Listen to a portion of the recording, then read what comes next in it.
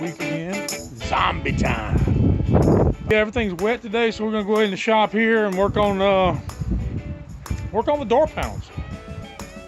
Which is wet. Oh, I gotta pick my nose. Nose itches. Ah, shoot. I wasn't picking it, I was just itching. Today it's just two fat guys. Leg didn't show up. We have no legs today. It's two fat guys with no legs. Well, if you remember in our last episode, Leg took the door panels off for us. They were in pretty bad shape. They got that old cardboard backing, and over the years they've just warped and really look bad. So we're going to try to bring them up to date a little bit and make them match the interior. Great minds come together. There's only one good mind. Although we were barely qualified, first step was to have a meeting of the minds. We had some gray canvas material, that carpet, and some black vinyl, and we was trying to come up with a design that would look good and be practical. Well, as we pondered it over and discussed it, we decided that the area by the door handles and all that kind of stuff up top, we were going to put the black vinyl because it was easier to clean. And then at the bottom, we were going to put the gray carpet, and we weren't going to use the gray fabric at this time. Well, then we had to decide what we were going to make the door panels out of. We had a piece of that Luan stuff that we had, that we made the wall out of in the van earlier. So we decided we were going to make it out of that. Of course, that was outside in the rain, so we had to go out in the rain and cut us a piece.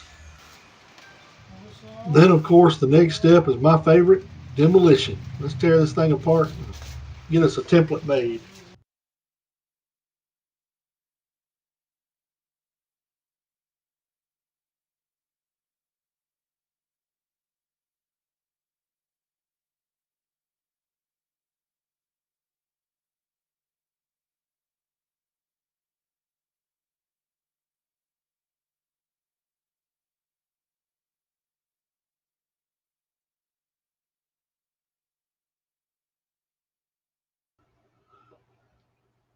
When we got to the point where we were going to have to mark all the holes for the little brackets and stuff for the interior, James suggested we get some spray paint and just spray them through the holes instead of trying to mark them by pencil.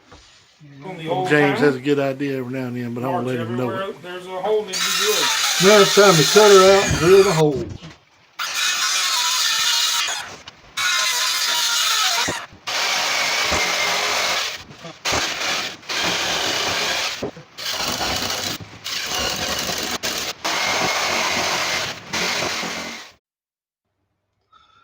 Then we got to thinking about it. The little trim piece that goes behind the door handle was the only piece that we had that had to actually kind of snap into place.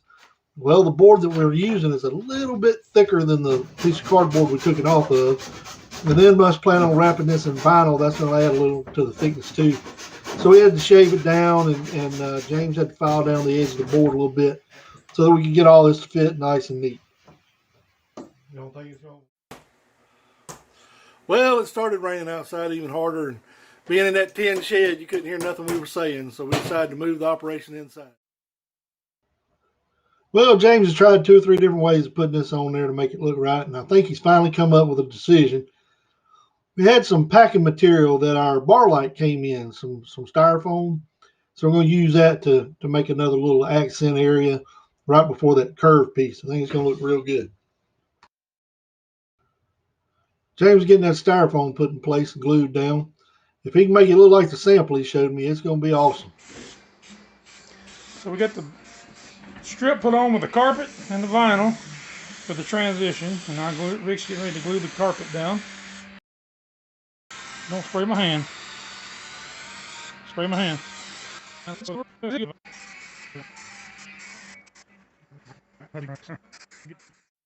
Well, we all remember what we started out with, the typical 1989 Ford door panels. Wore out, warped, and stretched, and an ugly-ass red. So, with no further ado, James's masterpiece. I think it turned out real good.